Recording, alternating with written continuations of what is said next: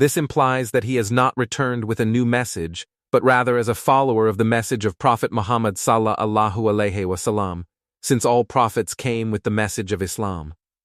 After the prayer, Isa alayhi salam orders the door of Bayt al-Maqdis be opened, and that is when they see Dajjal with 70,000 Jewish soldiers. Dajjal will melt as salt dissolves in water. At the sight of Isa, his fear of Isa alayhi salam will be so great. This will be Isa's first task to eliminate the Dajjal, who will attempt to run.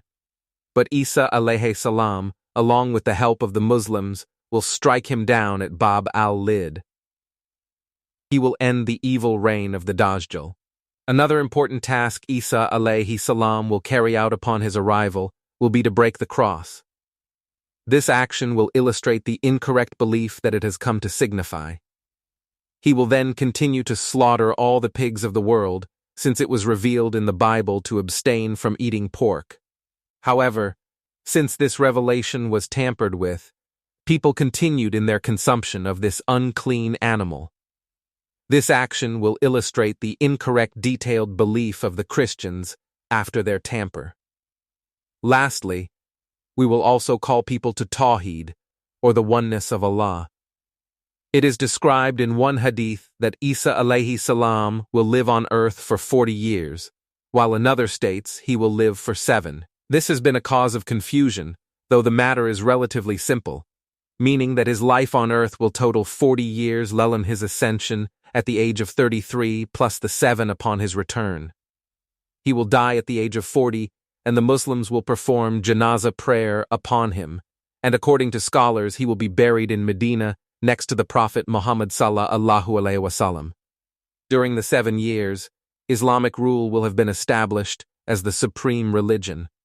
Peace and tranquility will have been spread on the earth, and Iman will have been instilled in the hearts of mankind.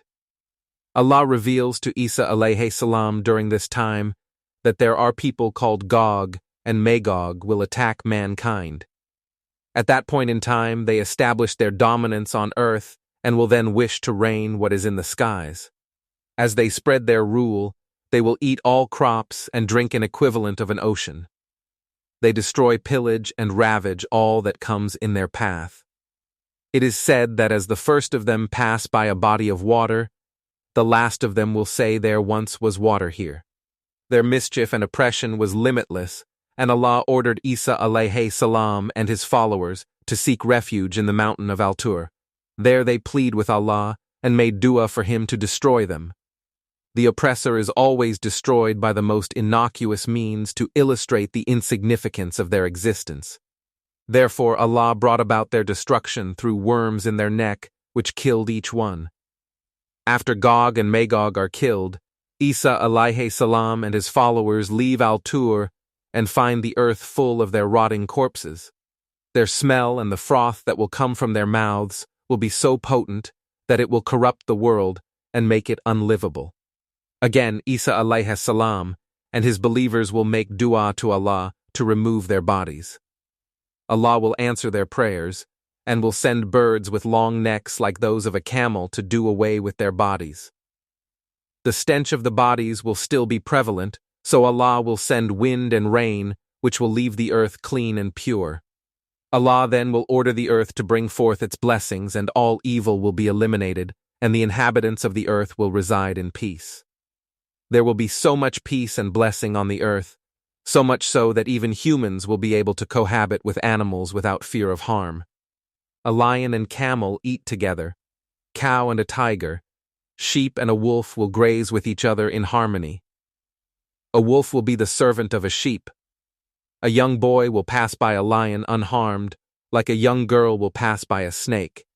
There will be peace and prosperity throughout the universe without oppression, because of the barakah that Isa will be given. As he said, Allah made me a blessing wherever I am. There will be so much barakah in food that it is described in a hadith that a pomegranate will feed a large group of people. They will be able to use its skin as a tent, implying its abundance. Allah will place His blessings in wealth and food. For example, a cow will feed a large population, a calf will be enough for a town, A lamb will suffice for a tribe. Hadith can be found in Muslim. Finally, Isa alayhi salam will perform Hajj, travel to Medina, and will pass away there. The Muslims pray upon him, and he will be buried next to the Prophet Muhammad sallallahu alaihi wasallam and Abu Bakr. Soon after, all the good people of the earth will die by a breeze, leaving only the evil ones behind who will hear the final trumpet. The evil will reach a point where there will be open lewdness and rampant transgression. This will indicate the end of time and the beginning of the judgment. The final days will be trying times for all. The return of Isa alayhi salam will be a blessing for the righteous and an eradication of all evil and wrongdoers. Allah's supreme plan for mankind and his messengers' role on earth will be fulfilled. The story of Isa alayhi salam is one that brings hope and comfort for believers during the most dire times in the history of the world. All things will perish before the day of judgment, and all things destined will have been accomplished. So the role of Isa alayhi salam is one of the most critical ones in Allah's plan. May He strengthen the hearts of the believers and have mercy on them during those desperate times. May He hold our hearts steadfast to the religion of truth and not allow them to digress from it. He alone we ask. He alone we seek for our strength, and He alone we ask to accept our doings. Allahumma Ameen. Allah burdens not a person beyond his scope.